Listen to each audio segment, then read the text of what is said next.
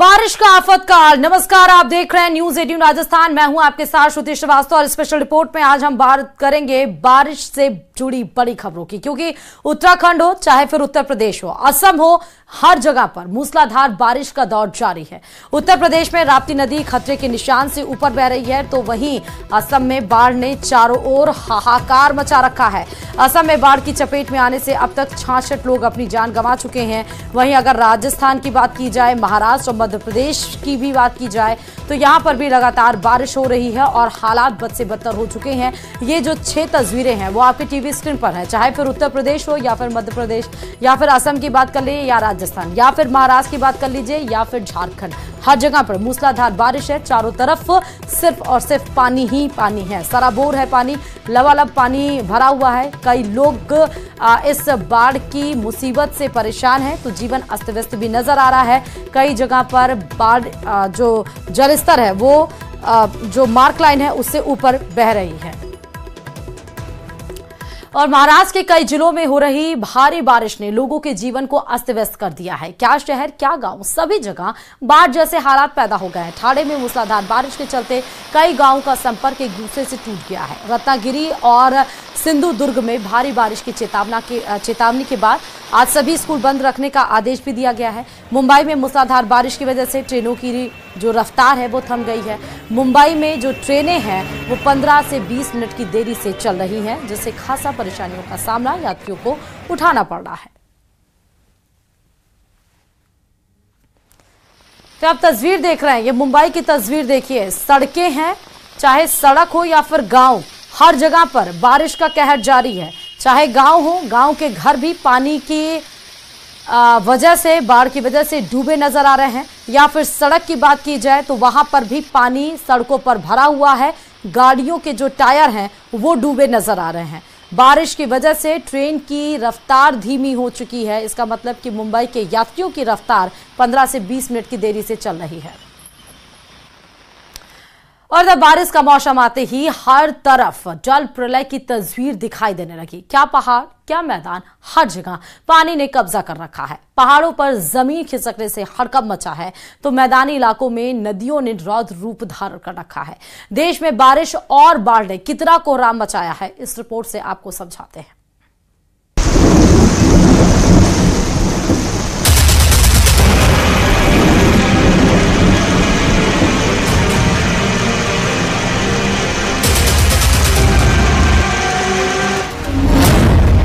कहीं खिसकी जमीन, कहीं टूटे पहाड़,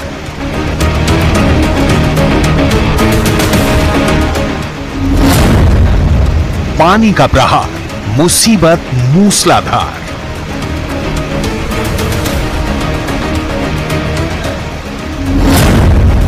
मॉनसून आया, बाढ़ लाया।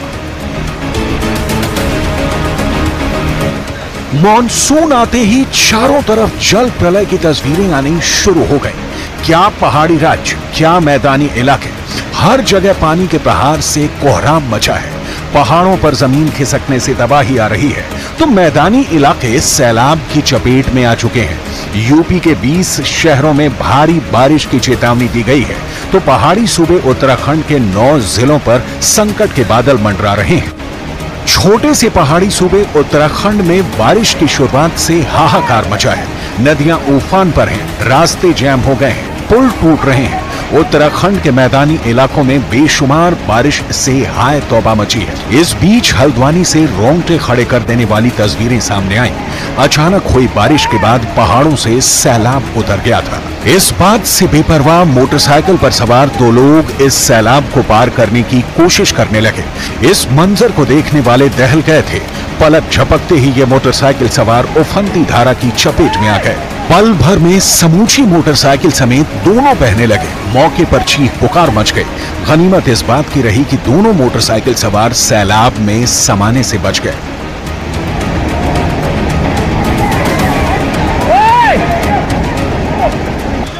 सैलाब का अटैक क्या होता है, इन तस्वीरों को देखकर अंदाजा लगाया जा सकता है। कल तक ये पुल लोगों के आने जाने का साधन था। पल भर में उफनती धारा की चपेट में आकर खंड खंड हो गया। उत्तराखंड के अल्मोड़ा में इतनी बारिश हुई कि ये पुल उसे झेल नहीं पाया। रामनगर से अल्मोड़ा को रानीखेत से जोड़ने वाला पुल काफी अहम था। अब इसके टूटने से इस इलाके में ट्रैफिक की समस्या हो गई। बारिश का मौसम पहाड़ पर रहने वालों के लिए किसी मुसीबत से कम नहीं है। ये तस्वीरें उत्तराखंड के नैनीताल की हैं, जहां जमीन खिसकने से पहाड़ चकनाचूर होते दिखाई दिए। इस भयानक मंजर के सामने आने के बाद आसपास रहने वाले लोगों के मन में खौफ भर गया, क्योंकि नैनीताल के कालागढ़ इलाके में जहां ये जमीन खिसकी है, वहां सड़क बनाई जा रही है और इस हादसे के बाद इस इलाके के कई गांवों पर फिर से संकट मंडराने लगा। उधर उत्तराखंड के ऋषिकेश में गंगा नदी उफान पर है। हर दिन खतरनाक तरीके से गंगा नदी का जलस्तर बढ़ रहा है। गंगा की धारा खौफनाक दिखने लगी है। पानी घाटों को डुबोने लगा है। हालत ऐसी हो गई कि सीढ़ियां दिखनी बंद हो गईं। गंगा नदी के इस प्रचंड रूप को देखकर लोगों को नदी से दूर रहने की अपील की जाने लगी है। गंगा नदी का जलस्तर खतरे के निशान के बराबर पहुंच गया है। तेज भाप के कारण पैर फिसलने की संभावना है, तो सुरक्षित स्थानों में ही स्नान करें। ऋषिकेश में नदी के जलस्तर में प्रति घंटा 10 सेंटीमीटर तक की वृद्धि हो रही है, जिसके बाद नदी के किनारे एसडीआरएफ के जवानों की तैनाती कर दी गई है।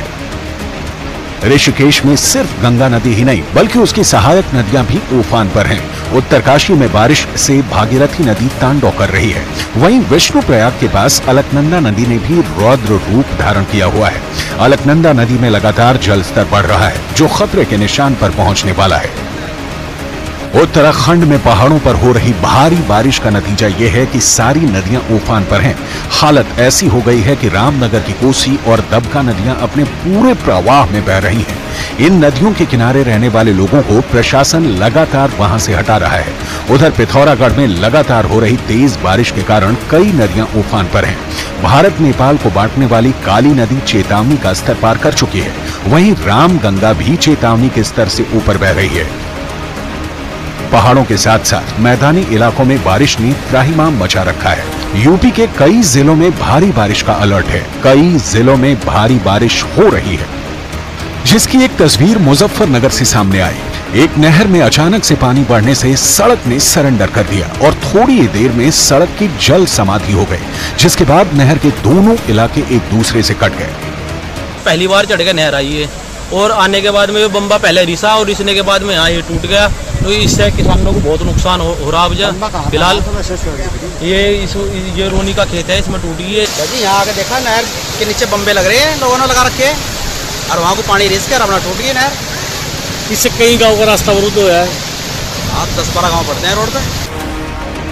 यूपी के मुरादाबाद में भारी बारिश का कहर माने या नगर निगम की लापरवाही, पूरा मोहल्ला टापू बना नजर आ रहा था।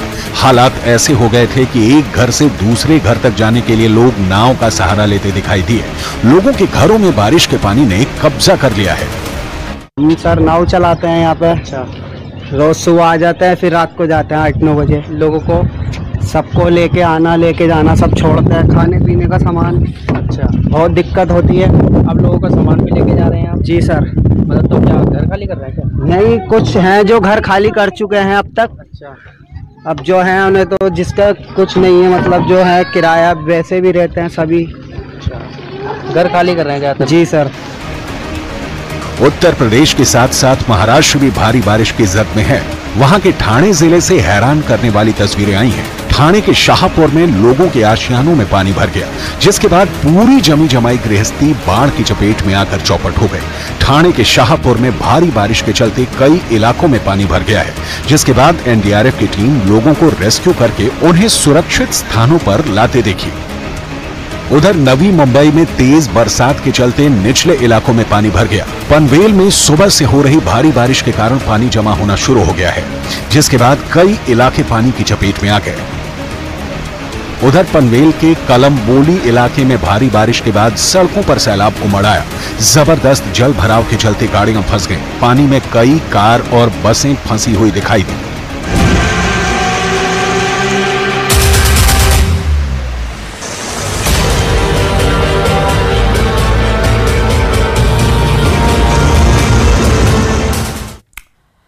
और और बारिश के बाद सीधे आपको रशिया यूक्रेन के वार के बारे में बताते चले, जहां पर पुतिन जमीन पर तो यूक्रेन को राख कर ही रहे हैं, यूक्रेन की मदद करने वाले संगठनों में भी फूट डालना शुरू कर दिया है। हंगरी, जो कि नाटो का सदस्य देश है, उसके प्रधानमंत्री जब मॉस्को पहुंचे और पुतिन से उनकी बात हुई तो यूरोपियन यूनियन को यह बात इतनी नागवार गुजरी कि उन्होंने इसका खुलेआम इसका विरोध किया है। और इसी पर देखिए ये रिपोर्ट।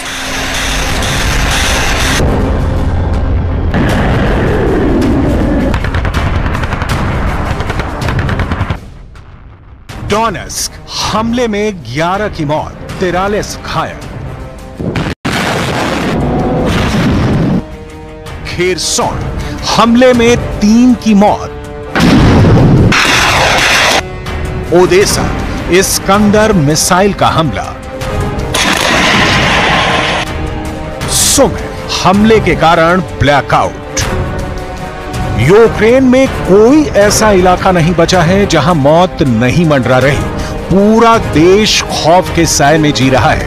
कब, कहां, कौन सा हथियार उनके प्राण छीन ले, ना तो सुप्रीम कमांडर ज़ेलेंस्की को पता है, ना ही बाशिंदे को। यूक्रेन इस वक्त पुतिन के बमों के हमलों से दहशत से भर गया है।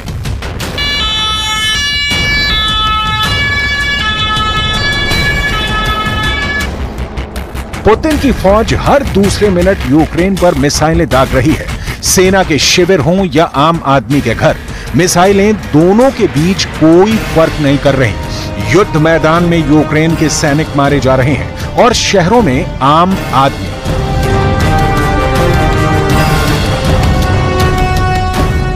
यूक्रेन में शहर दर शहर रात भर सायरन का शोर गूंज रहा है। सुरक्षा एजेंसियां एक जगह अलर्ट जारी करती हैं, तो पुतिन की सेना दूसरी जगह हमला कर देती है। सेना के सुप्रीम कमांडर राष्ट्रपति ज़ेलेंस्की के सामने मुसीबत है कि देश की रक्षा कहां कहां करे। पूरा देश ही पुतिन के क्रोध से खौल रहा है।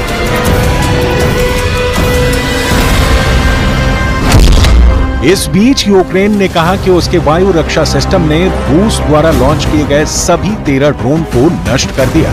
वायुसेना ने टेलीग्राम मैसेजिंग ऐप पर एक बयान में कहा कि रूस ने 2 इस्कंदर बैलिस्टिक मिसाइलें भी लॉन्च की, लेकिन उसने ये नहीं बताया कि हथियारों का क्या हुआ। दूसरी ओर रूसी रक्षा मंत्रालय का हवाला देते हुए एजेंसियों ने दावा किया कि इस्कंदर बैलिस्टिक मिसाइलों ने यूक्रेन के ओडेसा क्षेत्र में पैट्रियट सतह से हवा में मार करने वाली मिसाइल सिस्टम के 2 लॉन्चरों को नष्ट कर दिया है। वहीं रूसी रक्षा मंत्रालय का दावा है कि बेलगरद क्षेत्र में 60 ड्रोनों को रोका गया, जहां लगभग रोजाना यूक्रेनी हमले होते रहते हैं।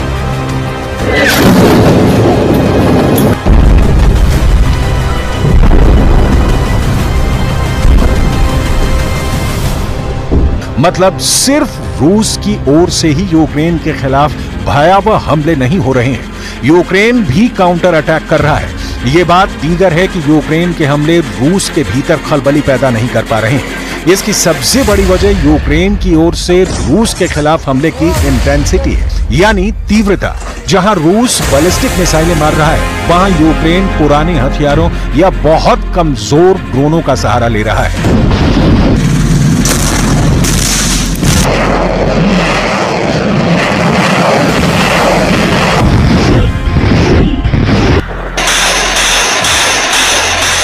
उन 30 महीनों की जंग का ताजा अपडेट बस यही है कि दोनों देश एक दूसरे के खिलाफ 24/7 हमले कर रहे हैं या उसकी प्लानिंग कर रहे हैं। जमीनी हालात से इतर रूस के राष्ट्रपति व्लादिमीर पुतिन ने एक बड़ी कूटनीतिक जीत हासिल की है, जिसकी चर्चा बहुत जरूरी है।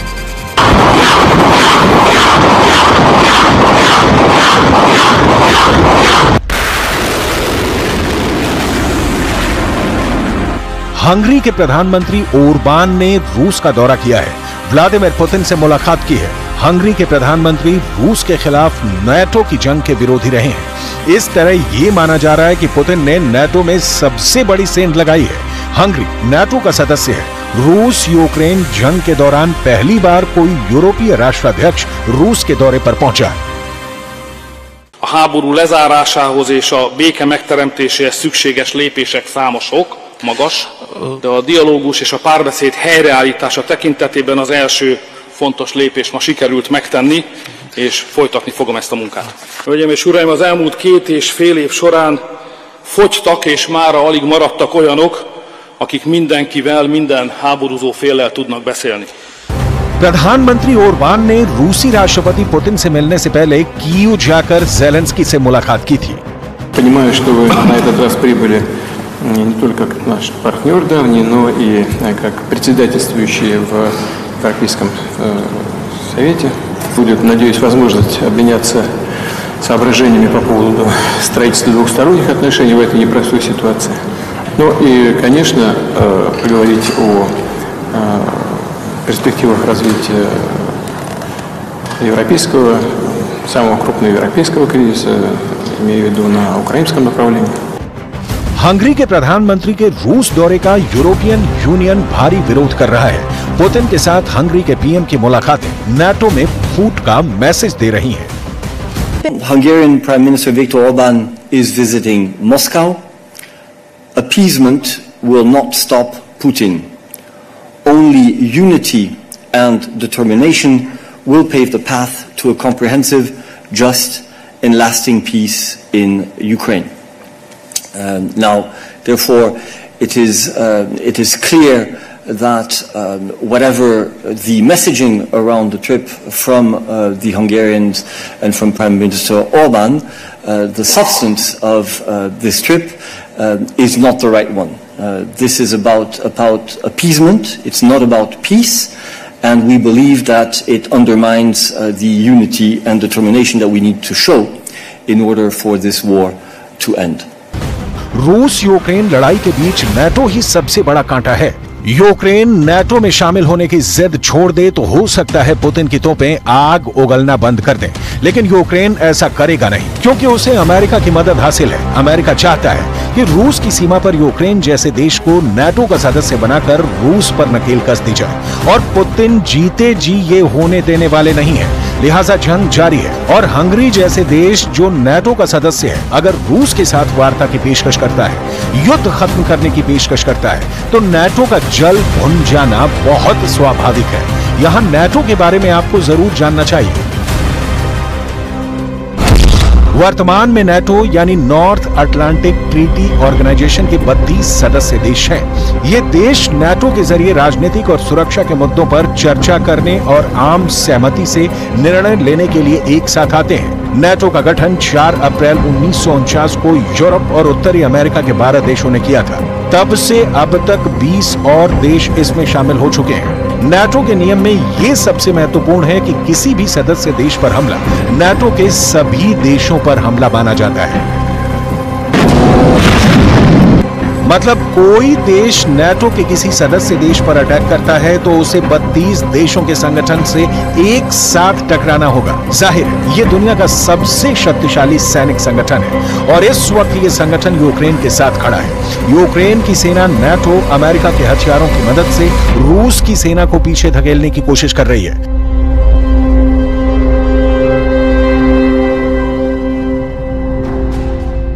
हंगरी के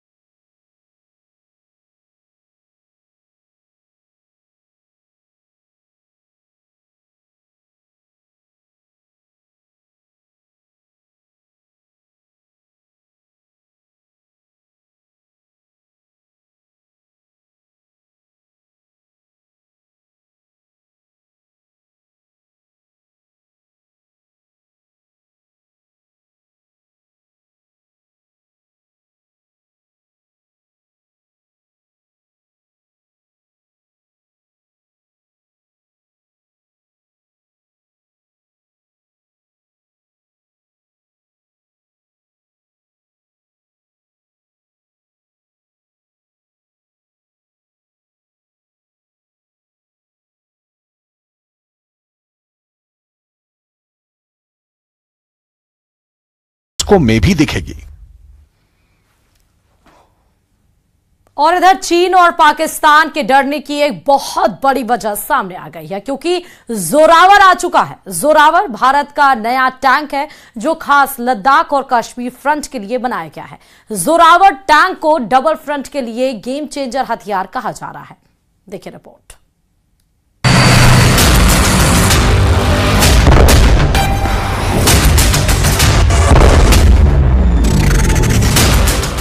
ये सिर्फ एक टैंक नहीं, ये चाइना किलर है। ये सिर्फ एक टैंक नहीं,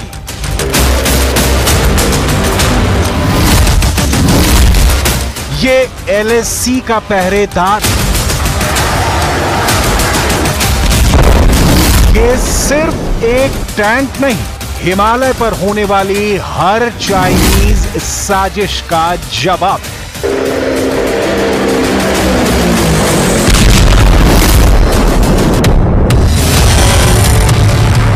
ये है भारत का सबसे नया टैंक, जिसे खास चीन को हराने के लिए बनाया गया है। नाम है जोरावर। जोरावर एक लाइट टैंक है, लेकिन नाम में बड़ा भारी भरकम है। जोरावर खास क्यों है? क्यों इस वक्त लद्दाख से लेकर अरुणाचल के मोर्चे पर इसकी जरूरत है? क्यों ये टैंक इंडियन आर्मी के लिए गेम चेंजर हथियार बनने जा रहा है? जितने भी सवाल हैं, उसका जवाब पूरी डिटेल में मिलेगा। जोरावर हल्के वजन वाला टैंक है, जिस पर 2020 के बाद काम शुरू हुआ। इस टैंक को बनाने की वजह इन तस्वीरों में छुपी है। जब 2020 में चीन की सेना ने लद्दाख LAC पर इकट्ठा होना शुरू कर दिया और अब तक भारत और चीन की फौज LAC पर आमने सामने खड़ी हुई है। दोनों सेनाओं के बीच 21 राउंड की बात हो चुकी है, लेकिन चीन से तनाव पूरी तरह खत्म नहीं हुआ है। इसी चाइनीज खतरे से निपटने के लिए DRDO ने लार्सन एंड टूब्रो कंपनी के साथ मिलकर हल्के वजन वाला टैंक बनाया है, ताकि ये हिमालय रेंज के ऊंचे इलाकों में भी ऑपरेट कर सके। यही इसके डिजाइन और इसमें शामिल टेक्नोलॉजी के पीछे बुनियादी जरूरत है। हल्का होने की वजह से जोरावर टैंक T-90 और T-72 के मुकाबले ज्यादा फुर्तीला है। ये आराम से पहाड़ पर चढ़ सकता है और नदी को पार कर सकता है। जोरावर टैंक 25 टन का है। इसके मुकाबले में T-72 टैंक 46 टन का है, जबकि T-90 48 टन का है और अर्जुन टैंक 60 टन का बनाया गया है। यही वजह है कि जोरावर को खास लद्दाख जैसे हाई एल्टीट्यूड फ्रंट में ऑपरेट करने के लिए तैयार किया गया है। कम वजन होने की वजह से यह मुश्किल पहाड़ी इलाकों में आराम से दौड़ेगा। There are 3 different types of tanks. There are 3 categories depending on the weight. The heavy tanks, the medium tanks and the light tanks. Each one has got its own role. One is for protection, one is for offense, and these light tanks play a mixed role for both. So if you see in a light tank, there are many players in the world who are making light tanks. Zorawar tank का नाम 19वीं सदी के Dogra general Zorawar Singh के नाम पर रखा गया है, जिन्होंने लद्दाख और तिब्बत में कई ऑपरेशन का नेतृत्व किया था। अभी इस टैंक का प्रोटोटाइप तैयार किया गया है और अगले कुछ सालों तक इसके पहाड़ से लेकर रेगिस्तान और दलदली इलाकों में ट्रायल होंगे और उसी के बाद नई जरूरतों को ध्यान में रखते हुए जोरावर का उत्पादन शुरू होगा। सेना में शामिल करने के लिए 2027 तक का वक्त दिया गया है।